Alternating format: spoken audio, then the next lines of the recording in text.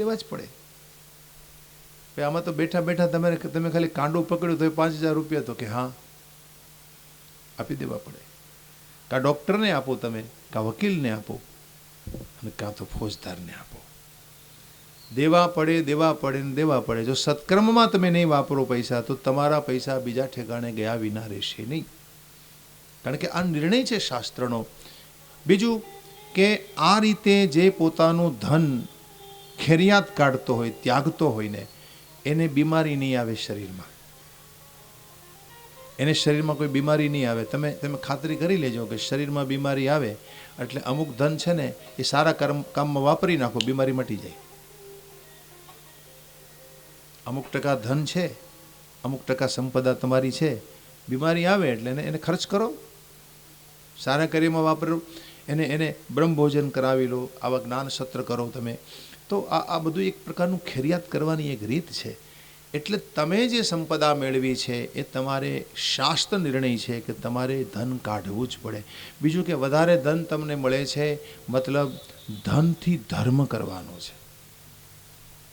તમે ભોગ કરવામાં લાખો રૂપિયા ખર્ચી નાખો. તમે માણસ ભોગ કરતો હોય છે, ભોગને માટે હરવા ફરવામાં કેટલા રૂપિયા વાપરતો હોય છે. ન્યા એને એમ શરમ ન આવે, સંકોચ ન આવે, આમાં પૈસાનો ઘા કરતો હોય. પરંતુ સારા માર્ગે સારા કામ કરવામાં વ્યક્તિ ખર્ચ કરી શકે નહીં તો એ એનું અજ્ઞાન છે, એની મૂર્ખતા છે. કારણ કે તમે યોગ્ય પાત્રને આપો, યોગ્ય વ્યક્તિ માટે વાપરો, યોગ્ય સ્થાને વાપરો, એક વ્યાજ સહિત તમને પાછું મળે છે. તમારું ઇન્વેસ્ટ છે. અને ભોગમાં ખર્ચાયું ને એ વેસ્ટ છે, એ ગયું, એ તમને પાછું નહીં મળે. અને આ તમે ઇન્વેસ્ટ કર્યું છે. એટલે આ શાસ્ત્ર નિર્ણય છે, એ સિદ્ધાંત અહીંયા આપવામાં આવ્યો છે. પણ લોભને કારણે તમે આ બધું કરી શકતા નથી, અને એને પરિણામે જીવનમાં જે લાભ મળવો જોઈએ મળી શકતો નથી. આમાં વર્ણન છે કે ભૃગુવંશી બ્રાહ્મણો જીવ બચાવી પોતાની પત્નીઓને લઈ અને હિમાલય બાજુ જતા રહ્યા, પણ હય વંશી રાજાઓ એને શોધીને મારે છે. શોધ કરીને આ બધાએ આ ધન બધું પ્રાપ્ત કરી લીધું અને એને મારે છે.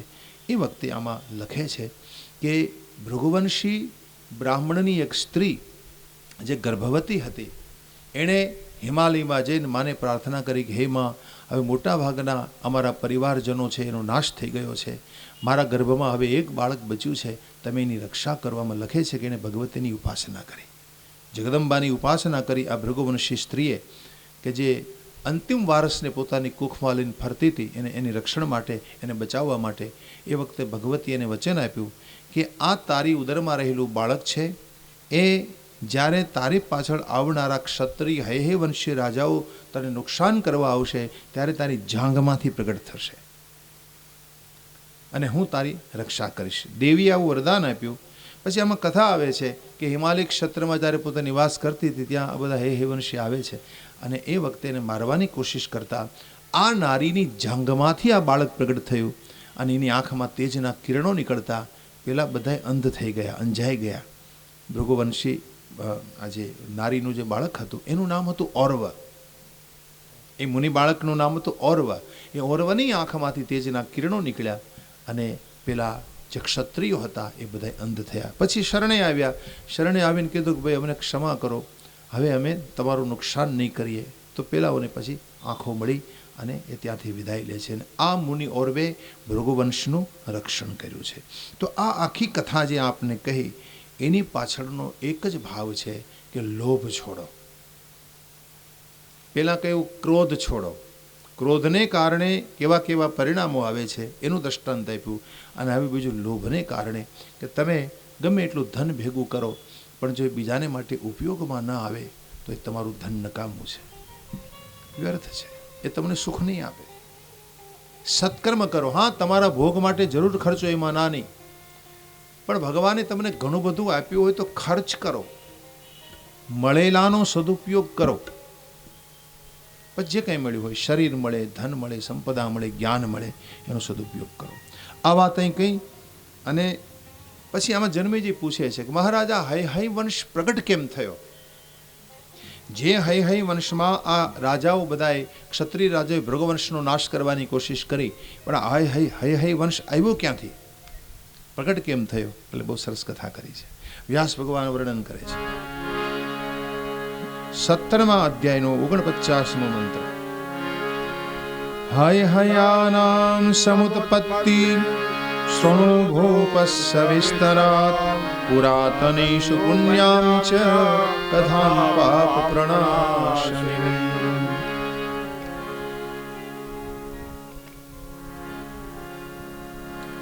કશ્ચિત સમયે ભૂપ સૂર્યપુત્ર સુશોભન રેવંતેતિ ચ વિખ્યાતો રૂપવાનમિત પ્રભ.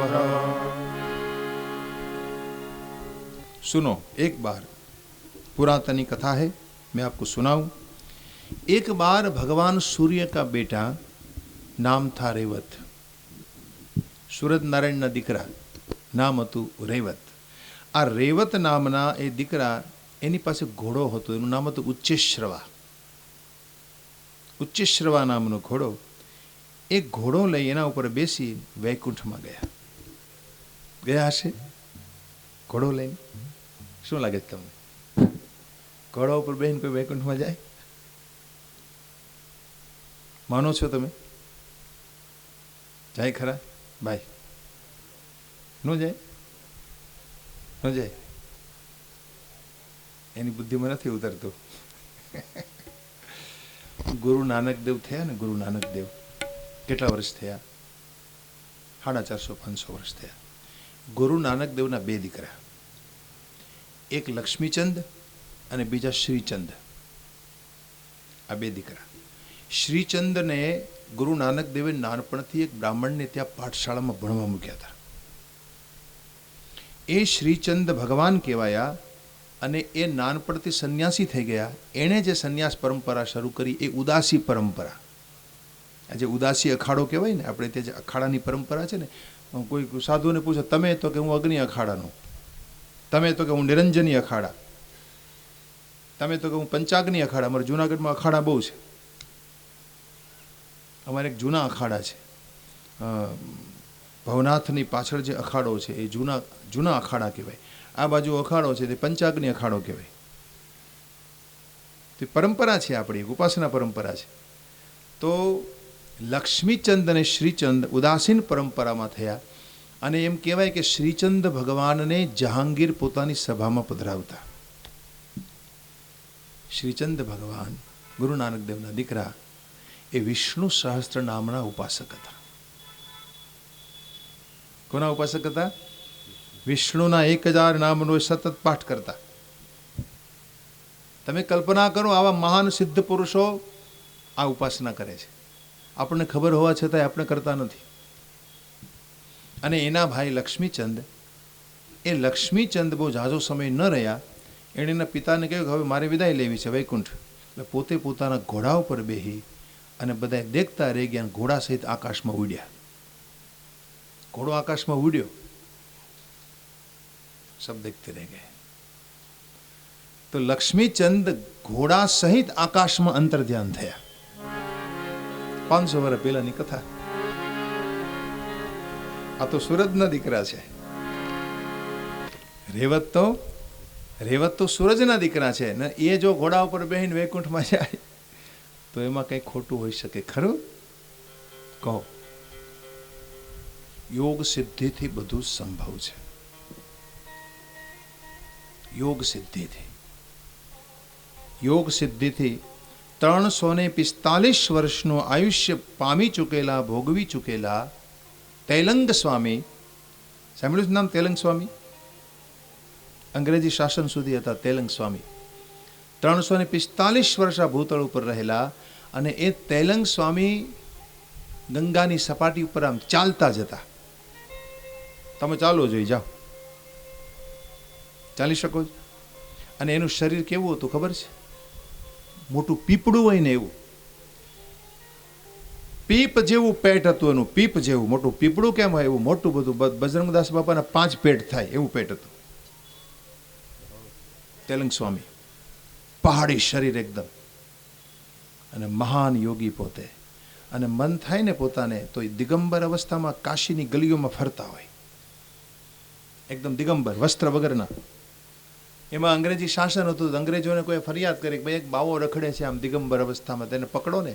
તો અંગ્રેજી સિપાહીને પકડવા જાય. તો પકડવા ગયા ને તો જેવા ગંગાને કિનારે પહોંચ્યા, હા હવે ક્યાં જશે, પકડાઈ જશે. ત્યાં તો ગંગાની સપાટી ઉપર ચાલતા ચાલતા સામે કાંઠે જતા રહ્યા. આ બધા અહીંયા ઊભા રહી ગયા. સપાટી ઉપર ચાલતા ચાલતા આ બધાને આશ્ચર્ય થયું કે ગંગા ઉપર ચાલતા ચાલતા આવો પીપ જેવો વજનદાર પુરુષ સામે કાંઠે પહોંચ્યો. પરેશાન કરતા બહુ તિલક સ્વામી આ બધા પકડનારાને બહુ પરેશાન કરી દીધા. પછી એમ થયું કે હવે મારે પકડાઈ જવું છે. તો પોતે આવી ગયા સામે, લ્યો પકડો મને. જેલમાં નાખ્યા. અંગ્રેજી શાસનમાં એને જેલમાં નાખ્યા. તો સવારમાં પેલો જેલર જોવે છે તો આકાશ અગાશી ઉપર આટા મારે. જેલની અગાશી ઉપર હતા, જેલમાં મોટું બધું તાળું મારેલું. હા, બેરેકમાં હતા, પોતે કેદ હતા. ઉપર આટા મારે. ઉપર આટા મારે. જેલરે જોયું, અરે મહારાજ તમે તો અંદર હતા. સંધ્યાવંદન કરવા આવ્યો છું, હમણાં જતો રહું છું. સંધ્યાવંદન કરવા આવ્યો છું. ઉપર સંધ્યાવંદન કરીને વળી પાછા થોડી વાર પર જોયું તો અંદર બેરેકમાં. तो योग सिद्धि से ये सब होता है. આમાં બુદ્ધિનો તર્ક ન ચાલે મેરે ભાઈ બહેન. અને આ બધી યોગની કથા છે. વ્યાસ ભગવાને જે લખ્યું છે એ નજર સામે જોઈને લખ્યું છે. આ ગપોડા નથી. આમાં ગપ્પા લખવાની એને શું કામ જરૂર હોય ભાઈ? શું કામ લખે આવું? પણ આ બધું જ છે. આ લીલા થઈ છે. અને જેટલી આ બધી સમાધિ ભાષા છે. કેવી? સમાધિમાં જાઓ ને તો સમજાય. સમાધિ વિના આ વાતો સમજાય નહીં આપણને. એને માટે આપણી ભૂમિકા હોય તો આ વાત આપણને સમજમાં આવે છે. અને આ તો ભગવાનના દીકરા છે, સૂરજ નારાયણના દીકરા છે રેવત તો. એટલે ઘોડો લઈને વૈકુંઠ શું ગમે એ લોકમાં જાય. નારદજી ગમે એ લોકમાં ફરે છે અને વિઝા લેવાની જરૂર પડતી નથી. બ્રહ્મલોકમાં જાય, વૈકુંઠમાં જાય, પતાલમાં જાય, ગમે ત્યાં સૂતલ વિતલ અતલ તલાતલ રસાતલ મહાતલ પાતાલ, ગમે એ પાતાલમાં જાય, સ્વરલોક મરલોક જનલોક તપલોક સત્યલોક, ગમે એ લોકમાં જાય. એને કંઈ વિઝાની જરૂર જ નહીં, કોઈ યાનની જરૂર નહીં, ઉડતા જાય. યોગી હૈ આપ. આ યોગનો મહિમા છે. योगी सूक्ष्म हो जाता है, योगी विराट भी हो जाता है. योगी अपने शरीर में से हजार हजार शरीर प्रकट कर सकता है. પોતાના શરીરમાંથી એક સાથે હજારો રૂપ પ્રગટ કરી શકે છે યોગી. तो ये कथा है सब, योग मार्ग की बातें सब. ભગવાન વ્યાસ વર્ણન કરે છે કે ઘોડા ઉપર બેસી, ઉચ્ચશ્રવા ઘોડો બહુ સુંદર હતો, અતિ સુંદર. વૈકુંઠમાં ગયા તો વૈકુંઠમાં વિષ્ણુ ભગવાને એનું સ્વાગત કર્યું. બન્યું એવું કે લક્ષ્મીજીએ આ ઉચ્ચશ્રવા નામના ઘોડાને જોયો તો લક્ષ્મીજીનું ચિત્ત ઘોડામાં આકર્ષણ પામ્યું. એને ઘોડો ગમી ગયો. લક્ષ્મીજીને એટલો બધો ઘોડો ગમ્યો કે એમાં ને એમાં એનું ચિત્ત રહેવા લાગ્યું. એટલે વિષ્ણુ ભગવાને એને કહ્યું કે લક્ષ્મીજી તમે ક્યાં ખોવાયા? મને એમ લાગે છે તમે આમાં આસક્ત થયા છો, તમારું ચિત્ત આમાં રમ્યું છે, ઘોડામાં. હું તમને શ્રાપ આપું છું, જાઓ તમારે પૃથ્વીલોક ઉપર જવું પડશે અને ઘોડીનું રૂપ લઈને ત્યાં તમારે રહેવું પડશે. કારણ કે જે ઘોડામાં તમે તમારા ચિત્તને આકર્ષણ પમાડ્યું છે, આકર્ષણ પામ્યું છે, એટલે તમારે એ કર્મનો ભોગ આ રૂપે કરવો પડશે. વિષ્ણુ ભગવાન એને શ્રાપ આપ્યો. લક્ષ્મીજી શ્રાપિત થયા, ભૂતળ ઉપર આવ્યા. ભૂતળ ઉપર આવ્યા જ્યાં ગંગા અને યમુનાનું સંગમ સ્થાન છે, એ સંગમ સ્થાનમાં પોતે નિવાસ કર્યો. પણ જતી વખતે ભગવાને કહ્યું કે હું તમારો ઉદ્ધાર કરીશ, આ શ્રાપમાંથી તમને મુક્ત ક્યારે કરીશ કે પહેલાં તમે ઉપાસના કરશો, આરાધના કરશો અને પૃથ્વી ઉપર તમને મારા જેવો દીકરો થશે ત્યારે તમે આ શ્રાપમાંથી મુક્ત થશો. મારા જેવો, મારા સમાન પુત્ર તમને પ્રાપ્ત થશે, હું તમને સુખી કરીશ. આ પ્રકારે ભગવાને અનુગ્રહ પણ કર્યો. હવે રેવત વિષ્ણુને પ્રણામ કરીને પોતાના પિતા સૂર્યની પાસે ગયા અને આ ઘટના ઘટી તેની બધી હકીકત કઈ સંભળાવી. બીજી બાજુ તમસા અને યમુનાના સંગમ સ્થાને જ્યાં સૂરજ નારાયણના પતિ સંજ્ઞા, એનું બીજું નામ રાંદલ, સંજ્ઞા નામ છે એનું મૂળ, એનું બીજું નામ રાંદલ. તો એ સૂર્ય પત્ની રાંદલ માતા જે છે સંજ્ઞા, એની એક છાયા હતી. છાયા, એણે પોતાનામાંથી છાયા પ્રગટ કરી હતી. એ છાયાએ જ્યાં તપસ્યા કરી હતી એ ઠેકાણે લક્ષ્મીજી આવ્યા, જ્યાં એણે તપસ્યા શરૂ કરી. સંજ્ઞાની છાયા, અને એ છાયા દ્વારા સૂર્ય ભગવાનને જે દીકરો થયો ને એનું નામ શનિ. એ સંજ્ઞાની છાયા છે. તો એ શનિ છે. હવે એ છાયાએ જ્યાં તપસ્યા કરી હતી એને રીઝવવા માટે સૂર્ય ભગવાન ઘોડાનું રૂપ લઈને ત્યાં એની સામે નૃત્ય કર્યું હતું. એટલે તો આપણે માં સામે ઘોડો ખૂંદીએ છીએ. રાંદલમાં સામે ઘોડો આપણે ખૂંદીએ છીએ ને કે ભાઈ ઘોડો ખૂંદ્યો, આપણે કહીએ ને માતાને પ્રસન્ન કરવા માટે. તો એ લીલા અહીંયા સૂર્ય ભગવાને કરી છે આ ઠેકાણે. અને ત્યાં લક્ષ્મીજીએ તપસ્યા શરૂ કરી. દેવોના 1000 વર્ષ સુધી લક્ષ્મીજીએ કોનું તપ કર્યું? તો આમાં લખે છે શિવનું તપ કર્યું. હવે તમે જરા કલ્પના કરો કે કોઈ પણ પતિવ્રતા નારી હોય એને માટેના પતિ જેના ગુરુ છે. હકીકત એણે નારાયણનું તપ કરવું જોઈએ, પણ એને શંકરનું તપ કર્યું. ભગવાન શિવની તપસ્યાથી ભગવાન શિવ પ્રસન્ન થયા, દર્શન દેવા માટે આવ્યા છે. લક્ષ્મીજીને શંકરજીએ પૂછ્યું કે નારાયણ તમારા સ્વામી છે, સ્વતંત્ર છે, છતાં તમે મને કેમ ભજો? એ વખતે અહીં લક્ષ્મીજી બહુ સુંદર વાત કરે છે. અહીં લક્ષ્મીજી દ્વારા જે કહેવાયેલી વાત છે આમાં શિવ અને વિષ્ણુનો અભેદ બતાવ્યું છે. લક્ષ્મીજી કહે છે, દેખો મહાદેવ, મારા પતિ નારાયણ અને તમારામાં કોઈ ભેદ નથી. તમે બંને અભેદ છો. આસુતોષ મહેશાન સપ્તોહમ પતિનાશ્વ मां समुद्धर देवेश शापादस्मा दयानिधे. हे दयानिधे, सुनिए. પતિના સંગ વિના હું બહુ દુઃખી હતી, એટલે મેં તમારી તપસ્યા કરી. તમારું વર્ણન મેં એટલા માટે કર્યું છે કે તમે મારા પતિ વિષ્ણુના સમાન જ છો. વિષ્ણુ અને શિવ બંને એક જ છે. લક્ષ્મીજી બોલ્યા, શિવ અને વિષ્ણુમાં કોઈ ભેદ નથી. એટલે મેં વિચાર્યું હું તમારું આરાધન કરું અને તમે મારા પતિને સમજાવો તો એ મારી પાસે આવે અને મારા શ્રાપનું નિવારણ કરે. એટલે મેં તમારું આરાધન કર્યું. બીજું કે મેં એક વખત જોયું કે એક વખત વિષ્ણુ ભગવાન ધ્યાન કરતા હતા, તો મેં એને પૂછ્યું તમે કોનું ધ્યાન કરો છો? તો એણે કહ્યું હું મહેશ્વરનું ધ્યાન કરું છું. મહેશ્વરે કહ્યું લક્ષ્મીજી તો એ ખરી વાત છે કે એ મારું ધ્યાન કરે છે, હું એનું ધ્યાન કરું છું. અમે બંને એકબીજાને ભજીએ છીએ. દેખીએ, શિવ વિષ્ણુને ભજે છે, વિષ્ણુ શિવને ભજે છે. બંને એકબીજાનું ભજન કરે છે. દેખો, ભજન કરવાની રીત જ આ છે. સાચી રીત જ આ છે. કેમ? હું તમને પ્રેમ કરું, તમે મને પ્રેમ કરો. આ ખરી રીત છે. આ જ ખરી રીત છે. હું એકલો જ તમને પ્રેમ કરું અને તમે મને પ્રેમ કે ભાવ ન આપો તો ઠીક કહેવાય. તમારે પણ સામે મને એટલો જ પ્રેમ આપવો પડે, એટલો જ ભાવ આપવો પડે. તો એકબીજાને ભજો, એકબીજાને પ્રેમ કરો. આ ભજન કરવાની સાચી રીત છે. અહીંયા લક્ષ્મીજીએ કહ્યું કે એક દ્રષ્ટિએ તો બધા અભેદ જ છે. દરેકના હૃદયમાં એક જ આત્મા બેઠો છે. હા, સંસ્કાર અલગ અલગ છે દરેકના સંસ્કારમાં તમને ભેદ દેખાય, બાકી આત્માની રૂપે આત્મતત્વની દ્રષ્ટિએ બધા એક જ છે. તમારા અને મારા સંસ્કારો થોડા અલગ પડે. સંસ્કાર તો જીવને લાગુ પડે છે. આત્માને કોઈ ધર્મ નથી, આત્માને કોઈ સંસ્કાર નથી. ખબર છે? આત્માને કોઈ ધર્મ નથી. ધર્મ કોને માટે છે? જીવને માટે ધર્મ છે. તમે જીવભાવ લઈને અહીં આવ્યા છો એટલે ધર્મની જરૂર છે. આત્માને કોઈ ધર્મ છે જ નહીં. નથી એને ધર્મ, નથી એને અધર્મ. અને ભગવાન આત્મા છે. અષ્ટાવક્ર વાત બહુ સરસ સમજાવે છે. ન ધર્મ હૈ ન ધર્મ તુજ મેં સુખ દુઃખ વિલેશના. સુખ દુઃખ વિલેશના. સુખ દુઃખ વિલેશના. ये है सभी अज्ञान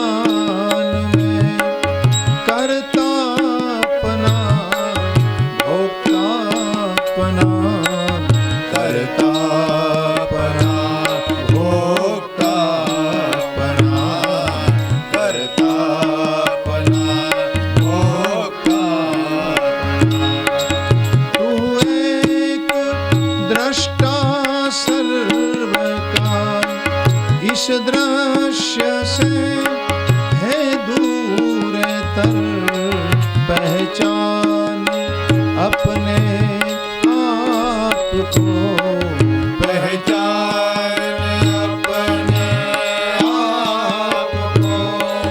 हो जा अजरे, हो जा अमरे, हो जा अजरे, हो जा अमरे, हो जा अजरे, हो जा अमरे। जनक राजा ने ज्ञान आपे छे, अष्टावक्र ए वक्ते बोल्या छे, देखो महाराज, आत्मा को न धर्म है न अधर्म है, न धर्म है न अधर्म है, न धर्म है न अधर्म, तुझ में सुख दुख भी लेश ना। आत्मा ने નથી સુખ નથી દુઃખ, સુખ દુઃખ છે ને એ મનના ધર્મો છે। સુખ દુઃખ કોને લાગે? મનને। તમારું મન દુખી થાય, તમારું મન સુખી થાય, આત્મા ન સુખી હોતા હૈ ન દુખી હોતા હૈ। ભૂખ અને તરસ છે ને એ પ્રાણના ધર્મો છે। તમારી અંદર પ્રાણ છે ને અને તમને ભૂખ તરસ લાગે છે। આત્મા નથી ભૂખ્યો, નથી તરસ્યો, उसको कोई धर्म है ही नहीं। हर्ष शोक છે ને એ ચિત્તના ધર્મો છે। તમારા ચિત્તમાં હરખ અને શોક થાય, આત્મા નથી હરખાતો, નથી એને શોક થતો। આ બધી વાતો ભગવાન ગીતામાં પણ કરી છે। और वही आत्मा मैं हूं, वही आत्म स्वरूप मैं अभेद हूं, सबके हृदय में बैठा हूं। आत्मा के रूप में वही जगदम्बा का सच्चा स्वरूप माना गया है। और इसलिए आत्मा को कोई धर्म नहीं है। धर्म मारे तमारे माटे छे, कारण के जीव भाव लईने तमे आव्या ने, तमे जीव बनीने आव्या એટલે તમારે ધર્માનુશાસનની જરૂર પડે છે। શું કામ? આત્માને સમજવા માટે। આત્માને સમજવા માટે ધર્મની જરૂર છે। તમે આત્મભાવ પ્રાપ્ત કરી લીધો, ત્યાં ધર્મ મટી જાય છે, ત્યાં નથી શાસ્ત્ર રહેતું, પછી નથી ધર્મ રહેતો। પછી તમારે વેદ પાછળ ચાલવું નહીં પડે, વેદ તમારી પાછળ ચાલે છે। अपनी आत्मा को जिसने जान लिया वो फिर ग्रंथ के पीछे नहीं दौड़ेगा, ग्रंथ उसके पीछे दौड़ेगा। जो अपने आप को जान लेता है। और इसलिए विष्णु ने कहा, लक्ष्मी ने कहा कि विष्णु और शिव तमे बन्ने अभेद छो, एथी मैं तमारू ध्यान कर्યું। मारा नाथ विष्णु थी तमे जुदा नहीं, एटला आम समझी अने मैं तमारू ध्यान कर्યું। विष्णु शिव ने भजे, शिव विष्णु ने भजे। आत्मिक दृष्टिए बन्ने समान छो। जो आ कथामांथी समजवानुं ई छे कि शिव ने भजनारा विष्णुनो विरोध न करे અને વિષ્ણુને ભજનારા શિવનો વિરોધ ન કરે। મોટે ભાગે તમે જુઓ વૈષ્ણવ હોય ને એ શિવ નામ અમુક લેતા નથી। બોલો, કરુણા કહેવાય ને। અમુક વૈષ્ણવ છે શિવડાવું શબ્દ ન બોલે। એ કેટલું અજ્ઞાન, તમે જુઓ તો ખરા, કેટલું અજ્ઞાન। એને એ નથી ખબર કે વૈષ્ણવ પરંપરાની સ્થાપના કરનારા વલ્ભાચાર્યજી, એનું જે પ્રાગટ્ય સ્થાન છે ચંપારણ્ય, તમે ચંપારણ્ય, હમણાં મારી કથા છે ત્યાં બાજુમાં છે, ચંપારણ્યની બાજુમાં જ કથા છે મારી, રાજનંદગાંવ। આપણી કથા પૂરી થાય પછી 5 દિનનો વિરામ છે, પાછું જવું છે કથામાં। તો રાજનંદગાંવ રાયપુરથી આગળ છત્તીસગઢ, ત્યાંથી અમે જવાના ચંપારણ્ય દર્શન કરવા। એટલે ચંપારણ્ય જ્યાં પ્રાગટ્ય સ્થાન છે મહાપ્રભુજીનું, ત્યાં પેલો વેલો થાળ ચંપેશ્વર મહાદેવને ધરાવાય છે। પેલો થાળ મહાદેવજીને, પછી બેઠકજીમાં ધરાવાય છે। તો કહેવાનો ભાવ એ છે ભાઈ કે જો એને વિરોધ હોય તો એ મહાદેવજીને હું કામ પેલા જમાડે, કહું જોઈએ। વૈષ્ણવી પરંપરામાં જો શિવનો વિરોધ જ હોય તો શા માટે મહાદેવજીને જમાડે? તો કહેવાનો ભાવ એ છે કે વાસ્તવ में दोनों अभेद है। મહાપ્રભુજી વલ્લભ પોતાની પૂજામાં શિવલિંગ રાખતા। વલ્લભાચાર્યજી પોતે પોતાની પૂજામાં શિવલિંગ ભેગું રાખતા, કારણ કે પોતે બ્રાહ્મણ હતા। બ્રાહ્મણ શિવ પૂજક હોય છે। બ્રાહ્મણ હંમેશા શિવ શક્તિનો પૂજક હોય છે। શિવ અનાદિ છે। બ્રાહ્મણની ઉપાસના કઈ? શિવ અને શક્તિની। એ વૈષ્ણવ તો પછી બન્યો છે। तो वो शिव को भजता है।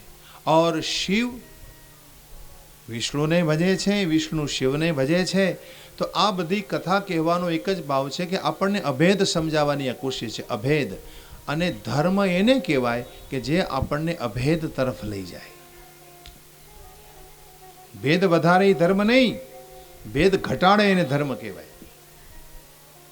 त्यारे आजनो धर्म केवो छे? ભેદભાવ વધારી દે. કોઈ કે અમે મોટા, બીજો કે અમે મોટા છીએ, તમે નાના છો. તો જ્યાં જુઓ ત્યાં ભેદ ભેદ ભેદ, બસ ભેદ વધારે એ ધર્મ ન કહેવાય. ભેદ નષ્ટ કરે, ભેદ ઘટાડે, સમાનતાનો ભાવ જેના હૃદયમાં લાવે એને ધર્મ કહેવાય. વૈષ્ણવ કે અમે મોટા, કહો હા તમે મોટા, તમે મોટા. અગર કોઈ એમ કહેતો ભાઈ અમે મોટા, હા તમે મોટા ભાઈ. તમે નાના મોટાનો સવાલ ક્યાં છે? ધર્મમાં નથી કોઈ નાનું, નથી કોઈ મોટો. પછી આપણે શું કરીએ? અમારા ગુરુ મોટા ને તમારા ગુરુ નાના. શું બોલે? તો કેમ? તો કે અમારા ગુરુને લાખો શિષ્યો છે, તમારા ગુરુને 5 જ શિષ્યો છે. કહો જોઈએ કોણ મોટા? કે અમારા ગુરુ મોટા. કારણ કે લાખો લાખો અનુયાયી છે એના, લાખો લોકો એની પાછળ પડે. તો લાખો લોકો પાછળ પડે એટલે મોટો. એક્ટરની પાછળ લાખો લોકો પડે છે. પડે છે કે નહીં? એક્ટર હોય, એક્ટર કોઈ નટ હોય, એની પાછળ લાખો લોકો ભેગા થાય. જેના ચારિત્રનું ઠેકાણું ન હોય, જેના જીવનનું ઠેકાણું ન હોય. એક્ટરના ચારિત્રનું ઠેકાણા ન હોય, એવા લોકોની પાછળ એની પાછળ લાખો લોકો પડતા હોય. એટલે શું મોટો? મોટો કોણ છે? જે ચારિત્રશીલ હોય, જે સંયમશીલ હોય, જે વિચારશીલ હોય, જે બુદ્ધિમાન પુરુષ હોય, એની પાછળ ભલે 5 જ દોડતા હોય. જરૂરી નથી કે લાખો લોકો એની પાછળ દોડે. કારણ કે લોકો તો પારમાર્થિક નથી, ગતાનુગતિક છે. કેવા? ગતાનુગતિક. ગતાનુગતિક એટલે શું? એક દોડે એટલે એની પાછળ 5 દોડે, 5 દોડે એટલે 25 દોડે, 25 દોડે એટલે 50, 50 દોડે એટલે એની પાછળ 100. અને જાજા ટોળાને જોવે ને જાજા લોકો ભેગા થાય. મોટું ટોળું હોય ને અહીં કંઈક લાગે છે, કે અહીં કંઈક લાગે છે. હકીકત ત્યાં નાટક જ હોય, બીજું કંઈ ન હોય. કેવળ નાટક જ ચાલતું હોય છે. ત્યાં તમને કોઈ જ્ઞાનની વાત સાંભળવાનું મળવાની હોય, ત્યાં તમારું કોઈ કલ્યાણ થાય એવી કોઈ વાત ન થવાની હોય, પણ છતાંય નાટક થતું હોય. જ્યાં જેટલું ખોટું હોય ને ત્યાં વધારે લોકો ભેગા થાય. આ સમાજ અને સંસારનો નિયમ છે. તો લોકો ગતાનુગતિક છે, પારમાર્થિક નથી. અને પરમાર્થ તો કંઈ લોકોને કરવો જ નથી. સમજી લેજો, પરમાર્થમાં આપણને રસ જ નથી. આપણને તો ટોળાવાદમાં રસ છે. બસ ટોળાવાદમાં રસ છે. મોટું ટોળું જેટલું માણસ ભેગું કરી શકતો હોય કોઈ પણ પ્રકારની ટ્રીકથી, એટલું મહાન ગણાતો હોય છે. એટલે અમારા ગુરુ મોટા અને તમારા ગુરુ નાના એવું ક્યારે ન કહેવું. ગુરુ કોઈ વ્યક્તિ નથી, ગુરુ કોઈ શરીર નથી. ગુરુ ચેતના છે. ચેતના. ગુરુને ચેતના કહેવાય છે. ગુરુ ચેતના સ્વરૂપે છે. જે ચેતના મીરાની એ જ મહાવીરની, મહાવીરની એ જ બુદ્ધની, બુદ્ધની એ જ જલારામની, જલારામની એ જ ભોજા ભગતની. અને ચેતનાની દ્રષ્ટિએ બધાય હરખા છે. એમાં કોઈ નાનો મોટો નથી. તો ગુરુ કોઈનો નાનો મોટો ન હોય ભાઈ. ગુરુ બધાયના સમાન હોય છે. કારણ કે બધાયના હૃદયમાં એક જ ચેતના હોય છે. એટલે ભૂલ એવી બોલવાની ભૂલ ન કરવી કે ભાઈ અમારા ગુરુ મોટા છે, તમારા ગુરુ નાના. તો ગુરુ તત્વ છે, ગુરુ શરીર નથી, ગુરુ વ્યક્તિ નથી. ગુરુ કોણ છે? ગુરુ તત્વ છે. તત્વનું નામ છે ગુરુ. ગુરુ એટલે આત્મા. આપણે બોલીએ ને ગુરુર બ્રહ્મા, ગુરુર વિષ્ણુ, ગુરુર દેવો મહેશ્વર બોલીએ છીએ ને, મતલબ ગુરુ તત્વ છે. એટલા માટે અભેદ દર્શન અહીં કરાવવામાં આવ્યું છે. પછી આમાં લખે છે કે ભગવાન વિષ્ણુની પાસે જઈને શિવજી એને સમજાવ્યા કે મહારાજ હવે તમે મારું સ્વરૂપ છો, લક્ષ્મીજીએ મને ભજ્યો છે, હું તમને વિનંતી કરું છું આપ લક્ષ્મીજીને શ્રાપ મુક્ત કરો. આ બાજુ વિષ્ણુ ભગવાન આવે છે. વિષ્ણુએ આમ લક્ષ્મીજીને આગળ શિવ મહિમા વર્ણવ્યો છે. આમાં થોડા મંત્રોમાં શંકરનો મહિમા છે. અને પછી ભગવાને લક્ષ્મીજીને રીઝવવા માટે ત્યાં આવ્યા. લક્ષ્મીજી ઘોડીનું રૂપ લઈને ત્યાં બિરાજિત હતા. અહીં ભગવાને ઘોડાનું રૂપ લીધું છે. ઘોડાનું રૂપ લઈ અને ભગવાને આ પ્રકારે એની સાથે નૃત્ય કર્યું, એની સાથે વિલાસ કર્યો. અને એને પરિણામે ઘોડીના રૂપમાં અહીં એણે ગર્ભધારણ કર્યો. લક્ષ્મીજીએ ઘોડીના રૂપમાં ગર્ભધારણ કર્યો.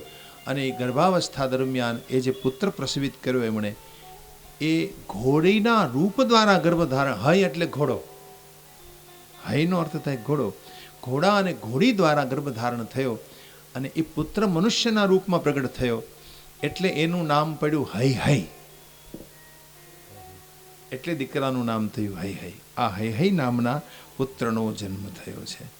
હવે આ જે હય હય છે એ હય હયને ત્યાં છોડી ભગવાન શિવ તો જતા રહ્યા, વિષ્ણુ વૈકુંઠમાં જતા રહ્યા. બીજી બાજુ આમાં લખે છે કે લક્ષ્મીજીના ખેદને નાશ કર્યો ભગવાન વિષ્ણુએ આ પ્રકારે. અને આ જે હય હય હતો એ હય હય એ તુર્વસુ નામના રાજાને આ છોકરો પ્રાપ્ત થયો. આ દીકરાનો જન્મ થયો ને એટલે ત્યાં એને મૂકી દીધો. હવે તુર્વસુ નામના જે રાજા, મેં તમને કહ્યું યયાતિના 5 પુત્રો અનુ, દ્રુહ્યુ, તુર્વસુ, યદુ અને પુરુ. એમાં જે તુર્વસુ હતા એ હરિદર્શનની ઈચ્છાથી પોતે તપ કરતા હતા અને એને મનમાં અપેક્ષા હતી કે મને હરિદર્શન થાય અને સાથે મને પુત્ર પણ પ્રાપ્ત થાય, આવી એની ઈચ્છા હતી. હવે બન્યું એવું કે આ પુત્રને ત્યાં ત્યાગી દીધો લક્ષ્મીજીએ અને પોતે પોતાના ધામમાં જતા રહ્યા. તો એક ચંપક વિદ્યાધર હતો. ચંપક એ પોતાનું પ્લેન લઈને નીકળ્યો તો એના બાળકને જોઈ લીધો એટલે એ બાળકને પોતે લઈ લીધું. બાળકને લઈને વિદ્યાધર છે ને એ બ્રહ્મા પાસે ગયો. તો બ્રહ્માજીએ કહ્યું કે ભાઈ આ બાળક છે ને એ ત્યાં તારે પાછું પહોંચાડવાનું છે. તુર્વસુ નામના રાજા હરિની ઉપાસના કરે છે, આ છોકરો એને દેવાનો છે. એટલે ફરી પાછા આવ્યા અને આ રીતે એણે આ તુર્વસુને આ બાળક સોંપ્યું. આવી કથા છે. અને એ બાળકને લઈ અને તુર્વસુ પોતાના રાજ્યમાં આવ્યો છે અને એનું નામ રાખ્યું એકવીર. એકવીર નામ એનું એકવીર, પણ હય દ્વારા એનો જન્મ થયેલો, ઘોડા દ્વારા, એટલે એનું બીજું નામ પડ્યું હય હય. 2 નામ છે એના. તો આ રીતે તુર્વસુને એકવીરની પ્રાપ્તિ થઈ અને ત્યાંથી હય હય વંશ શરૂ થયો. ભગવાન વ્યાસજી આમાં વર્ણન કરે છે. પછી આમાં એકવીરનો રાજ્યાભિષેક કરવામાં આવે છે, એ કથા આપી છે. રાજ્યાભિષેક થયો એકવીરનો અને આમ રાજ્યાભિષેક થયો. મહાન પરાક્રમી છે, કારણ કે વિષ્ણુ ભગવાનનો દીકરો છે ને, પરમાત્માનું સંતાન છે, વિષ્ણુ ભગવાનનો પુત્ર છે. એટલે પછી આમાં એકવીરનું આખ્યાન વિશે પૂછે છે જન્મેજય કે મહારાજ આ હય હય રાજાની કથા, એકવીરની કથા થોડી મને કંઈ સંભળાવો આપ. એટલે થોડું એકવીરની કથાનો અહીંયા ઉલ્લેખ કરવામાં આવ્યો છે. જાત કર્માદિ સંસ્કારાંશ્ચકારા નૃપતિસ્તદા દિને દિને જગામાશુ બુદ્ધિ બાલસુલાલિતઃ. 21મો અધ્યાય.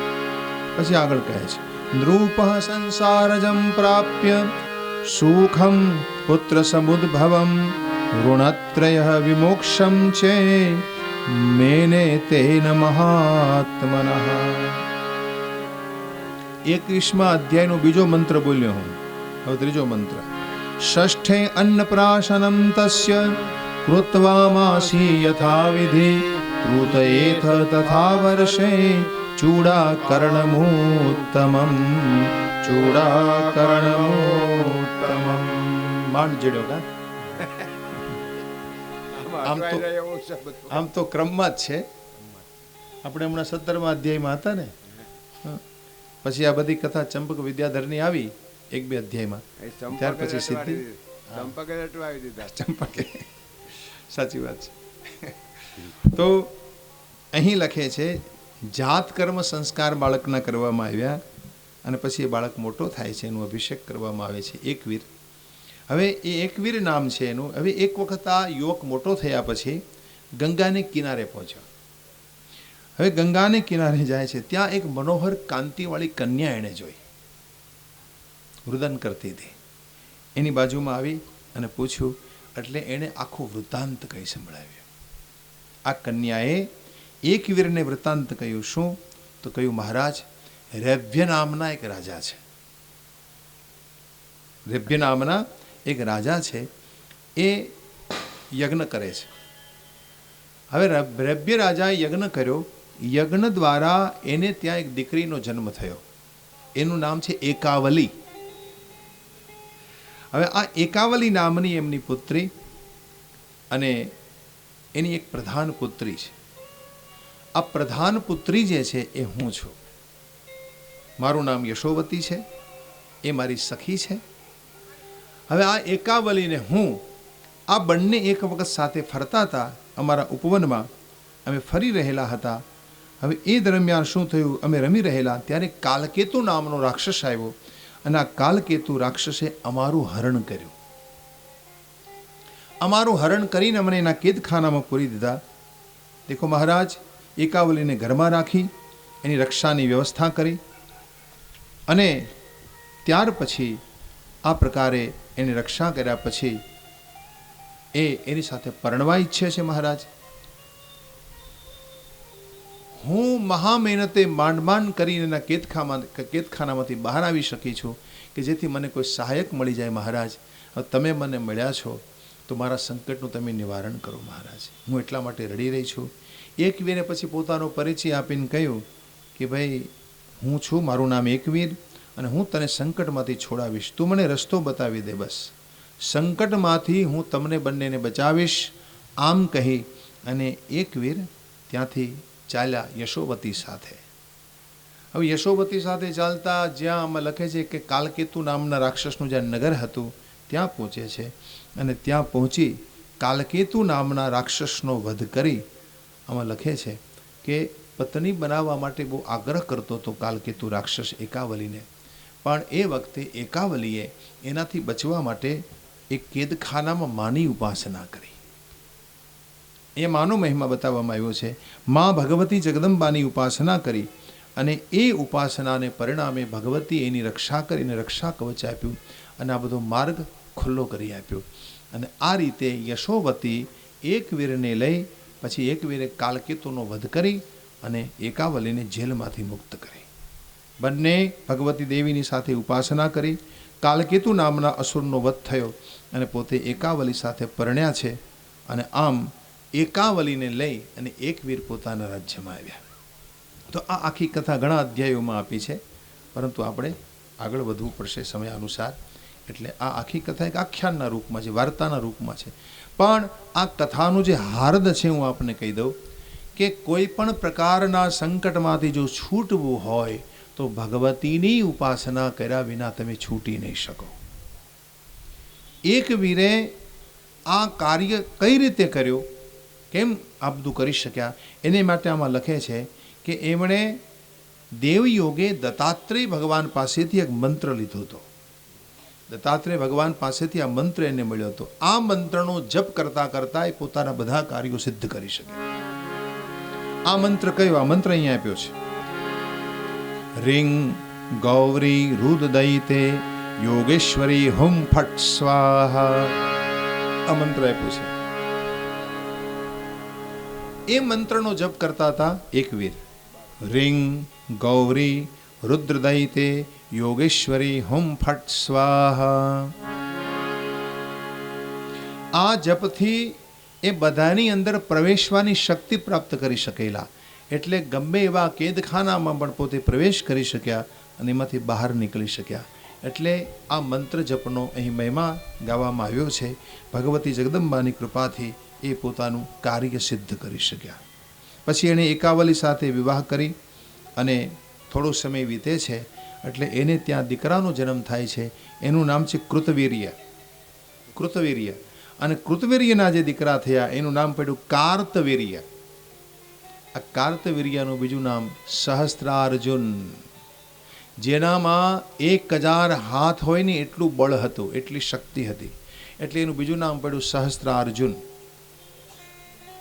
2 હાથમાં કેટલું બળ હોય, અને એને બદલે તમને 1000 હાથ હોય તો કેટલું બળ આવે તમારામાં. એટલે 1000 હાથ જેટલું બળ એનામાં હતું, એટલે એનું નામ પડ્યું સહસ્ત્રાર્જુન.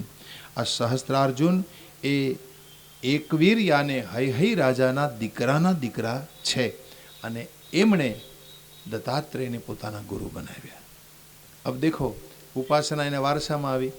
એકવીરે પણ દત્તાત્રેય આપેલા મંત્રનો જપ કર્યો, અને ત્યાર પછી એ જ પરંપરામાં ફરી પાછા એના એ જ ગુરુ એને મળ્યા, ભગવાન દત્તાત્રેય. કહેવાનો ભાવ અહીંયા ખાસ સમજજો કે એક વખત ગુરુ તમારો હાથ પકડે ના પછી એ તમારી પેઢીનો હાથ છોડતા નથી. તમારા વંશજોની એ રક્ષા કરશે. કારણ કે ગુરુ તરીકે એનું કર્તવ્ય બને છે કે એક વખતે તમારો હાથ પકડી લે પછી એ તમારી આખી પેઢીને તારી દે છે, બધાની ચિંતા કરે છે. અને એનું બીજું પ્રમાણ તમને આપું. પ્રહલાદજી, પ્રહલાદજીને માતાના ગર્ભમાં જ નારદજીએ જ્ઞાન આપ્યું હતું. ભાગવતમાં કથા આવે છે કે એની માતાના ગર્ભમાં હતા પ્રહલાદજી. એટલે ખબર પડી ઇન્દ્રને. ઇન્દ્ર એની માતા કયાધુને હરણ કરીને લઈ જતો હતો. સામે નારદજી આવે છે. નારદજીએ કહ્યું, ભાઈ આ સ્ત્રીને તો શા માટે લઈ જાય? તો કે એના ગર્ભમાં આપણો શત્રુ છે, હિરણ્યકશિપુનો પુત્ર આપણો શત્રુ છે. એટલે કહ્યું, દેખો ભલા આદમી, इसके उदर में भगवान का भक्त है, लाओ मुझे दे दो, ये नारी में मेरे साथ ले जाता हूँ। और नारद जी अपने आश्रम में लेकर आए। वहाँ रहकर नारद जी ने कयाधु को रोज सत्संग करवाया, रोज कथा सुनाई। અને માના ઉદરમાં રહીને પ્રહલાદજીએ કથા સાંભળી। માતાના ઉદરમાં રહેલું શિશુ, ગર્ભસ્થ શિશુ જો સત્સંગ કરે તો એ સત્સંગની અસર એના મન ઉપર બહુ મોટી અસર પડે છે ભાઈ, બહુ મોટો ફાયદો છે એના જીવનમાં। ગર્ભસ્થ શિશુ હોય એને વધારેમાં વધારે સત્સંગ મળે એવું કરવું। પ્રહલાદજીએ આ અવસ્થામાં ખૂબ સત્સંગ કરેલો અને ઘણા બધા વર્ષો સુધી પોતે સત્સંગ કરી અને પછી એમ કહેવાય છે 10,000 વર્ષ સુધી હિરણ્યકશ્યપુએ તપ કર્યું ને ત્યાં સુધી સત્સંગ કર્યો માતાના ઉદરમાં રહી અને પ્રહલાદજીએ। અને પછી હિરણ્યકશ્યપુ આવ્યા પછી દેવર્ષિ નારદજી આ માતા પુત્રને મૂકવા માટે આવે છે। એ વખતે એક વરદાન આપે છે। કયું? ઈચ્છા મૃત્યુનું વરદાન। આ કથા ભાગવતમાં આવે છે। 7મા સ્કંદમાં ભાગવતમાં કથા આવે છે કે ઈચ્છા પ્રસૂતિનું વરદાન આપ્યું। કેવું વરદાન આપ્યું? ઈચ્છા પ્રસૂતિ। તમે જ્યારે ઈચ્છા કરશો ત્યારે જ આ બાળકને જન્મ આપી શકશો, આવું વરદાન આપ્યું। ઈચ્છા કરો ત્યારે ભાઈ મારે હવે આ બાળકને જન્માવવું છે ત્યારે જ આ બાળકનો જન્મ થશે, નહીં તો ત્યાં સુધી તમારા ઉદરમાં તમે એને ધારણ રાખી શકશો, આવું ઈચ્છા પ્રસૂતિનું વરદાન આપી અને નારદજી એને ફરી પાછા એને રાજ્યમાં મૂકવા માટે આવે છે। પછી સમયાંતરે જ્યારે હિરણ્યકશ્યપુ તપસ્યા કરીને વરદાન મેળવીને આવે છે ત્યાર પછી પ્રહલાદજીને એની માં જન્મ આપે છે। તો એ પ્રહલાદજી ઉપર નારદજીએ કૃપા કર્યા પછી તમે જુઓ કે એના ઉપર કૃપા ત્યાર પછી 1-2 પેઢી પછી જ્યારે એના પરિવારમાં આગળ ઉપર જ્યારે જ્યારે જરૂર પડી ત્યારે ત્યારે નારદજી ત્યાં હાજર રહ્યા છે। જ્યારે જ્યારે જરૂરિયાત ઊભી થઈ ત્યારે નારદજીએ એના પરિવારજનોની રક્ષા કરી છે। કહેવાનો ભાવ એ છે કે આ પ્રકારે જે કોઈ ગુરુ હોય એ તમારા પરિવારજનોની પણ રક્ષા કરે છે। અહીં કૃતવીર્ય એના દીકરા કાર્તવીર્યની રક્ષા કરી જ્યારે દત્તાત્રેય ભગવાને ત્યારે પણ અને ગુરુદત્ત રૂપે એમણે કાર્તવીર્યની રક્ષા કર્યા પછી એના પરિવારમાં પણ આગળ જતા ખૂબ રક્ષા કરી। તો કહેવાનો ભાવ કે આ રીતે એક વીર અને એકાવલીના વિવાહની કથા અહીં બતાવવામાં આવી છે। અહીંયા આગળ ઉપર ભગવાન વ્યાસ કહે છે કે ભગવતી જગદંબાની આ બધી માયા છે અને એ માયાને કારણે આ સંસારમાં બધા ભ્રમિત થાય છે। રાજા પૂછે છે ભગવાન વ્યાસને કે મહારાજ આપ મને ભગવતીની વિક્ષેપ શક્તિનું કથન કરો। વિક્ષેપ શક્તિ આવું શું કામ બને છે? આવું શા માટે બને છે? ક્યાં કારણે વ્યક્તિ સંસારમાં વિવશ બની જાય છે? તો ભગવતી મહામાયાની જે શક્તિ છે એનો પ્રતાપ મને વર્ણવો। ભગવાન સ્તન્મુખમ ભોજામ અચ્યુતમ દિવ્ય કથારસમ નત્રોક્તિમ મદિગચ્છામ પિબસ્તુ સુધયાસમ એતન્મે સંશયમ બ્રહ્મન છેતુમર્હસि સાંપ્રતમ સર્વગણત્વં મુનિશ્રેષ્ઠમ ગૃહી વૃત્તાંતમદભૂતમ। જન્મેજયે પૂછ્યું મહારાજ ભગવાન વિષ્ણુ જેવાને ઘોડાનું રૂપ લેવું પડે, લક્ષ્મીજી જેવાને ઘોડી બનવું પડે મહારાજ, આવું કેમ? આવો પ્રશ્ન પૂછે છે। આ કૌતૂહલ નહીં કે તમારે પશુનું રૂપ લેવું પડે, પશુ બનવું પડે? તો આમાં આવો પ્રશ્ન પૂછાયો કે આનું શું કારણ છે કે વિષ્ણુ જેવા જે સ્વતંત્ર મહાપુરુષ છે, સ્વતંત્ર દેવ છે, એને અશ્વનું રૂપ લેવું પડતું હોય અને ઘોડો બનવું પડતું હોય અને મહાલક્ષ્મીને ઘોડીનું રૂપ લેવું પડતું હોય, તો અવિનાશી વિષ્ણુ ઘોડાના રૂપને શું કામ પામ્યા? શા માટે પામ્યા? એનું શું કારણ છે મહારાજ? એ મને આપ કઈ સંભળાવો મહારાજ। એટલે ભગવાન વ્યાસ બોલ્યા છે શૃણુ રાજન પ્રવક્ષ્યામિ સંદેહસ્યાસ્ય નિર્ણયમ તથા શ્રુતમ મયા પૂર્વે નારદનો નિષદ્તમા બ્રહ્મણો માનસઃ પુત્રો નારદો નામ તાપસ સર્વગનઃ સર્વગઃ શાંત સર્વલોકપ્રિય કવિ. વ્યાસ ભગવાન કહે છે, હે જન્મેજય, મહામાયાનો પ્રભાવ એવો છે, મહામાયાની શક્તિ એવી છે કે જેણે આ ત્રિગુણાત્મિકા માયા બનાવી છે એ માયાથી એણે આખું જગત બનાવ્યું છે. એટલે આખું જગત માયાના ગુણોથી વ્યાપ્ત છે અને માયાને બાધીન બનીને માણસે બધું કામ કરવું પડે છે. એટલે આ આખું જગત બનાવનારી ભગવતી જગદંબા છે એ મહામાયા છે. અને એ મહામાયાની આધીન બની અને ભગવાન વિષ્ણુ જેવાને પણ આવા રૂપો ધારણ કરવા પડતા હોય તો હું તમે કોણ? મહામાયાને આધીન બનીને વ્યાસ ભગવાન કે મારા જેવાને પણ મોહવશ બનવું પડ્યું છે. હું પણ મોહિત થયો છું. આ મોહમાંથી કોઈ છૂટી શક્યું નથી ભાઈ. આ મોહમાંથી કોઈ છૂટી શકતું પણ નથી. મોટા મોટા જ્ઞાની મહાપુરુષોનું ચિત્ત પણ મહામાયા ખેંચી લે છે. જ્ઞાની નામ અભિચેતાંસી દેવી ભગવતી હિસા બલાદાકૃષ્ય મોહાય મહામાયા પ્રિયચ્છતિ. બલાદ આકર્ષ્ય મોહાય, બલપૂર્વક એ જ્ઞાનીના ચિત્તને પણ આકર્ષણ કરાવી દે છે અને એને માયામાં, એના મોહમાં ફસાવે છે. તો એ મહામાયાની જે શક્તિ છે એ શક્તિનું નામ છે વિક્ષેપ શક્તિ, જે તમારા ચિત્તમાં વિક્ષેપ ઊભો કરે છે.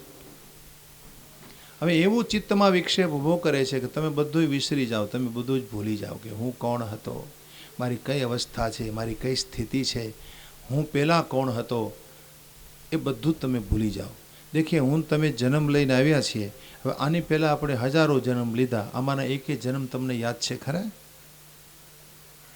એક બી નહીં. આગલો જન્મ ઘણાને કુદરતી રીતે માની લો, કોઈ એવા પૂર્વના સંસ્કાર હોય તો ઘણાને પોતાના પૂર્વજન્મ યાદ રહેતા હોય છે. આવી ઘટનાઓ પણ ઘટતી હોય છે ઘણીવાર. અનાયાસે આવું બને કે તમને તમારો પૂર્વજન્મ યાદ આવી જતો હોય, પરંતુ એ યાદ મને તમને નથી રહેતો. એ સારી વસ્તુ છે. આપણને આપણું પૂર્વજન્મ યાદ ન રહેના એ બહુ ઉત્તમ વસ્તુ છે.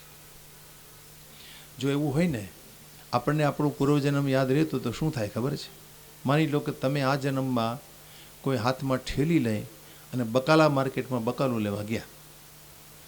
હવે ત્યાં ગયા તો તમને એમના તમારા આગલા જન્મની પત્નીને તમે ઓળખી ગયા, નહીં મળી ગઈ. શું થાય તમારું? પૂર્વનો પ્રેમ યાદ આવી જાય. પૂર્વની પ્રીતિમાં તમે ફસાઈ જશો. તમારા મનની કેવી સ્થિતિ થાય? એટલે તમારા પૂર્વજન્મમાં કોણ તમારી પત્ની હતી, કોણ તમારો પુત્ર હતો, કોણ તમારો પિતા હતો, કોણ તમારો ભાઈ હતો, એ તમને યાદ રહે બરાબર નહીં. મહામાયાએ એટલા માટે આ બધી વ્યવસ્થા કરી છે અને મને તમને આ બધી પૂર્વજન્મની વાતો યાદ ન રહેવા દેનારી શક્તિ છે. એને વિક્ષેપ શક્તિ કહેવાય છે. આ વિક્ષેપ શક્તિનો મહિમા એ બતાવવામાં આવ્યો છે. વિક્ષેપ શક્તિ કથન અહીં કરવામાં આવ્યું છે. મોટા મોટા મહાન મહાન જ્ઞાનીઓને પણ યાદ નથી રહેતું કે હું કોણ હતો. અને એવું કરાવનારી જો કોઈ હોય તો ભગવતી જગદંબા છે. ભગવાન વ્યાસ અહીં પોતે પોતાની વાત કરે છે, પોતાના મોહની વાત કરે છે કે હે જન્મેજય, હું પણ મોહિત બન્યો. મને જ્યારે મારા પિતા પરાશર દ્વારા મત્સ્યગંધાના માધ્યમથી પ્રગટ કર્યો અને પ્રગટ કર્યા પછી મારી માતાએ મને જન્મ આપ્યો. જન્મ દીધા પછી હું બદ્રીનાથમાં તપસ્યા માટે ગયો. બદ્રીનાથ તપસ્યા કરી અને મેં જ્યારે સુખદેવજીનો વિયોગ પ્રાપ્ત કર્યો અને હું ફરી પાછો મારી માને મળવા આવ્યો. મારી મા મને ન મળી ત્યારે હું બહુ દુઃખી થયો. મારા મનમાં પણ દુઃખ થયું. અરે, કોણ કોની માં, કોણ કોનો પિતા, કોણ કોનો પુત્ર? આ જગતમાં કોઈનું કોઈ હગું નથી. આ સંસારમાં કેવલ લેણ દેણના સંબંધો છે, એના સિવાય બીજું કંઈ નથી. પણ છતાંય હું મોહિત થયો અને હું મારી માતાના મોહને કારણે પછી હસ્તિનાપુર ગયો. અને હસ્તિનાપુર કે જે મારી માતાએ શંતનુ સાથે વિવાહ કરેલો હતો અને એને માટે મેં બધી વ્યવસ્થા કરી દીધી. એ આખી કથાને અહીં યાદ કરે છે ભગવાન વ્યાસ જન્મેજયની સામે. હે જન્મેજય, અને એ પરિવારમાં તમે આવ્યા છો. તમારા પિતા પરીક્ષિતને માટે આજે તમે મારી સામે દેવી ભાગવતની કથા સાંભળવા માટે બેઠા છો, એને વૈકુંઠ પ્રાપ્ત કરાવવા માટે. પણ આ આખી ઘટના જે ઘટી છે એમાં મને પણ મોહ થયેલો. હું આ મોહમાંથી બચી શક્યો નથી. આ જે મોહ થવો, મોટા મોટા જ્ઞાની પુરુષોને પણ મોહગ્રસ્ત બનાવી દેવા, એ મહામાયાનું કામ છે. દેખીએ એ મહામાયાના મોહમાંથી કોઈ છૂટી શક્યું નથી. અને તમે જોઈ શકો છો આ સંસારમાં કે મોટા મોટા સંન્યાસીઓ પણ મોહમાં ફસાય છે. આ સંસારમાં બધા મોહગ્રસ્ત છે. ભલે પોતે પોતાને મહાન માનતો હોય પણ મોટું બધું મંદિર બનાવીને એને અધર્મના અડ્ડાઓ બનાવી દે. એ શું છે? એ શું છે? એ મોહગ્રસ્ત છે. એ મહામાયાના મોહને આધીન બન્યા છે. ધર્મની આડમાં અધર્મ થતો હોય શું છે? ધર્મની આડમાં તો પોતે કહે કે ભાઈ અમે ધર્મનિષ્ઠ છીએ, પણ અંદર ખાને અધર્મના અડ્ડાઓ ચાલતા હોય. એ બધી ક્રિયાઓ થઈ રહી છે. શું છે? એ જ મોહ છે. અને મોહને કારણે આવા ધર્મનિષ્ઠ, પોતાને ધર્મનિષ્ઠ માનનારા લોકો છે એ પણ મોહને આધીન બને છે. અને એ વિક્ષેપ શક્તિ કેવી છે, કેવું કેવું કામ કરાવે છે. વ્યાસ ભગવાનની દૃષ્ટાંત આપે છે. પોતે પોતાની જ अनुभूति કહે છે. देखो एक बार मैं प्रयाग में गया, वहाँ मुझे नारद मिल गए. व्यास ने कहा देखो जन्मेजय वहाँ मुझे नारद मिल गए. तो नारदની સામે મેં બધી આ વાત સંભળાવી કે महाराज मैं ज्ञानी हूँ, साधक हूँ, साधना में रत रहता हूँ, मैं मेरे मन को भगवती के चरणों में जुड़े रहता हूँ, फिर भी मुझे ऐसा क्यों हो रहा है? આ ત્રિગુણાત્મિકા માયાના મોહમાંથી હું કેમ છૂટી શકતો નથી? પોતે પોતાના મોહની વાત કરી. કહ્યું મહારાજ હું સનાતન ધર્મને જાણું છું અને છતાં ભ્રમને કારણે સુખ અને દુઃખ રૂપી આ સંસારમાં ખૂબ ડૂબી ગયો છું. ભગવાન વ્યાસ બોલ્યા છે કોણ કોનો દીકરો, કોણ કોની માતા, આ સુખ શું છે? આ કાયમ થોડું રહેવાનું છે. પણ છતાંય મારું હૃદય રાત દિવસ ભમ્યા કરે છે. મહારાજ હું શું કરું, ક્યાં જાઉં, મને કોઈ સંતોષ થતો નથી. આનું શું કારણ? મારા મનની આવી અવસ્થા કેમ છે? વ્યાસજી કહે મેં આ મારા મનની વાત નારદજીને કરી. અને મહાન મહાન કહેવાતા લોકો હોય ને એના મનની આ જ દશા હોય છે.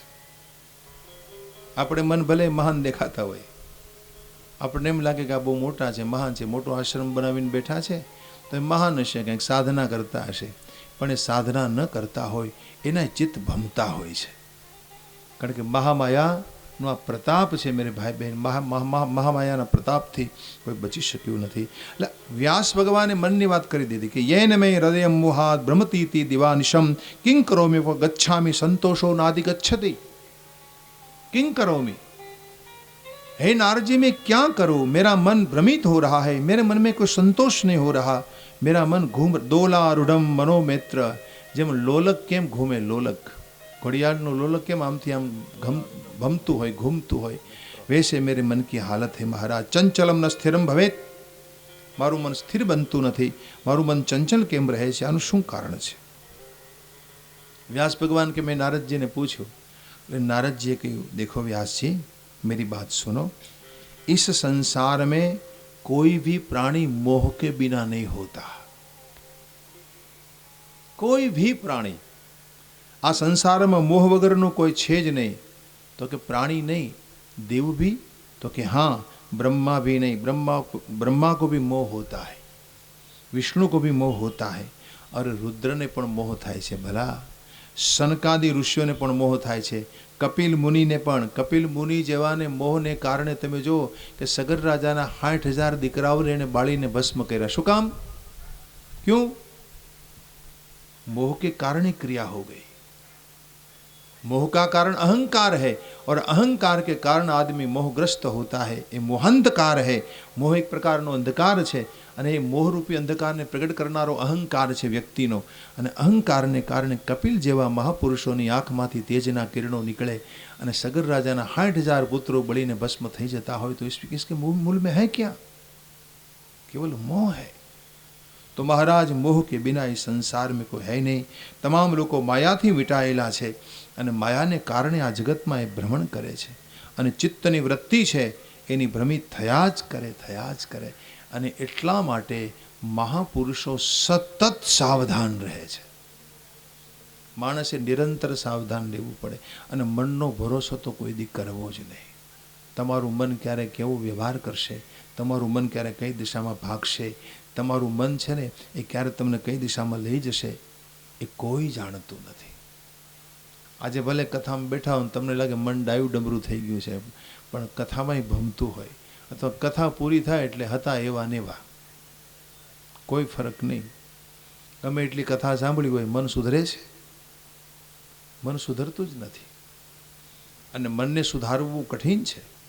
ભલે તમે ગમે એટલી સાધના કરો અને ચિત્તને, એના વિક્ષેપને દૂર કરવા માટે, એની નિર્મળતા પ્રાપ્ત કરવા માટે ખૂબ સાધનાઓ કરી, लेकिन वही चित्त में संसार आकर बसता है. चित्त में वही संसार. व्यास ने महाभारत में कहा है कि तुम्हारा चित्त ही संसार बनाता है, तुम्हारा चित्त ही संसार का सर्जन करता है.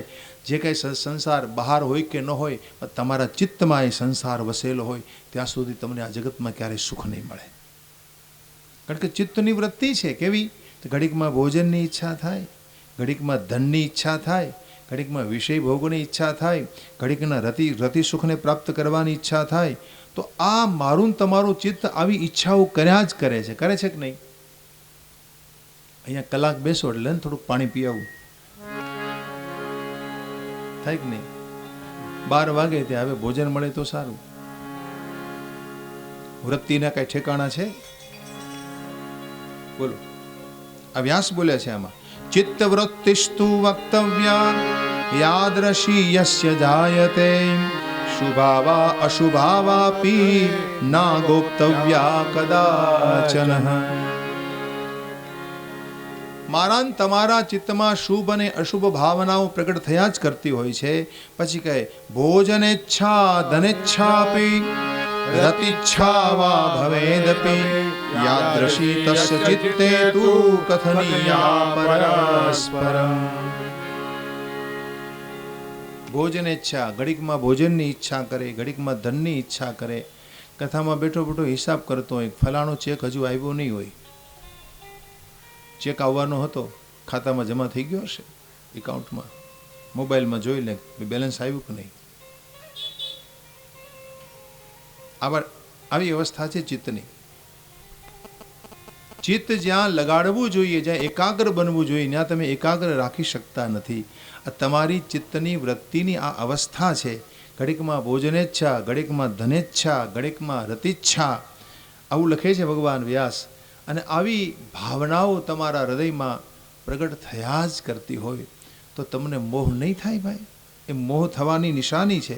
અને આને કારણે એવમ ભ્રમંતી લોકેસ્મિન ગ્રીષ્માંતે સમુપાગત. એવમ ભ્રમંતી, આ લોકમાં આ રીતે બધા ભમ્યા જ કરે, ભમ્યા જ કરે, ભમ્યા જ કરે. मैं मेरी बात सुनाऊं तुम्हें. नारद जी ने कहा, देखो व्यास, आपको नहीं मुझे भी मोह हुआ था, मुझे भी. नारद जी ने कहा, मैं भी मोहग्रस्त. एक बार मैं घूम रहा था, पृथ्वी लोक पर गया. મારી હારે મારો એક ભાણેજ હતો, એનું નામ હતું પર્વત મુનિ. પર્વત મુનિ એ મારા ખાસ મિત્ર હતા. આમ તો મારા ભાણેજ થતા હતા, અમે બંને મામો ભાણેજ, બહુ સારા મિત્ર. ફરતા ફરતા પૃથ્વીલોક ઉપર આવ્યા. એમાં એક સંજય નામના રાજાનું નગર હતું, રમ્યનગર, સંજય રાજાની નગરી. એમાં પ્રવેશ કર્યો. હવે ત્યાં કોઈ ઉત્સવ ચાલતો હતો, એમાં અમે બંને પ્રવેશ કરીએ. મહારાજને ખબર પડી, સંજય રાજાને, કે દેવર્ષિ નારદજી પધાર્યા છે. તો હું પ્રસન્નતાનો અનુભવ કર્યો, અમારી પૂજા કરી, અમને અર્ઘ્ય આપ્યો, વિનંતી કરી કે ભાઈ તમે બંને મહાપુરુષ અનાયાસ મારે આંગણે આવ્યા છો તો તમારે એ નિવાસ કરવાનો છે, થોડો સમય નિમકામ કરો. અમે કહ્યું હા જરૂર રહીશું અહીંયા. હવે અમારા માટે ઉતારાઓની વ્યવસ્થા કરવામાં આવી રાજમહેલમાં. અને અમારી સેવામાં દમયંતી ઇતિ વિખ્યાતા તસ્ય પુત્રી મહિપતે આગણપતા પરિચર્યાર્થ સુદતી સુંદરી વૃષમ. એની એક સુંદર પુત્રી હતી, નામ એનું દમયંતી હતું. આ દમયંતી નામની એની દીકરીને મારી સેવામાં મૂક્યા. નારદજી આ આખી કથા વ્યાસને સંભળાવે છે. દેખો વ્યાસ, અમે બંને મામા ભાણેજ યાને પર્વત મુનિ અને હું એવા પાક્કા મિત્રો હતા કે અમે બંને એક શરત મૂકી હતી કે મારા મનમાં જે ભાવ આવે એ મારે તને કહેવાનો, ખોટું નહીં બોલવાનું, અને તારા મનમાં જે ભાવ આવે એ તારે મને કહેવાનો. જો એકબીજા જૂઠું બોલીશું ને તો હું તને શ્રાપ આપીશ અને તું મને શ્રાપ આપજે. તો એકબીજાને સજા કરવી પડશે. માટે એકબીજાએ જૂઠું બોલવાનું નહીં ક્યારેય, આવી અમે શરત રાખી હતી. અને આ રીતે અમે ત્યાં મુકામ કરતા હતા. એમાં દમયંતીની સેવામાં મૂકી છે. હવે અમારી મનની અભિલાષા પ્રમાણે અમારી સુંદર સેવા થવા લાગી. હવે હું તો ઘણી બધી વિદ્યા જાણું. નારદજી કહે, મેં ખાસ કરીને વીણા વાદન કરવાનો મને શોખ, અને હું રોજ વીણા વગાડું. હું વીણા વાદન કરતો હતો. અહમ વીણા કરે કૃત્વા સાધયિત્વા સરોત્તમ. એકવાર હાથમાં વીણા લઈ અને મેં સ્વર સાધના શરૂ કરી. અહમ વીણા કરે કૃત્વા સાધયિત્વા ગાયનમ સામ સુસ્વાદ મગામ કર્ણરસાયણમ રાજપુત્રી તશ્રુતવા સામગાનમ મનોહરમ બભુવમ મયી રાગાઢ્યામ પ્રીતિયુક્તા વિશારદ. वीणा द्वारा मैं जेवी स्वर स्वादना शुरू करी. भगवान नारद जी ने सब बात व्यास को सुनाई. हुआ क्या, मेरा गान शुरू हुआ और मधुर गान सुनकर स्वरों में आसक्ति करने वाली, संगीत में आसक्ति रखने वाली थी राजा की बेटी दमयंती, वो खींची चली आई. संगीतમાં જેને આસક્તિ હોય એને સંગીત સાંભળવું ગમે. માની લો કે તમારી સંગીતમાં સહજ રુચિ હોય, સંગીત શીખવાડવાથી ન આવડે, ગમે એમ શીખવે તો એને જેને સ્વરજ્ઞાન ન હોય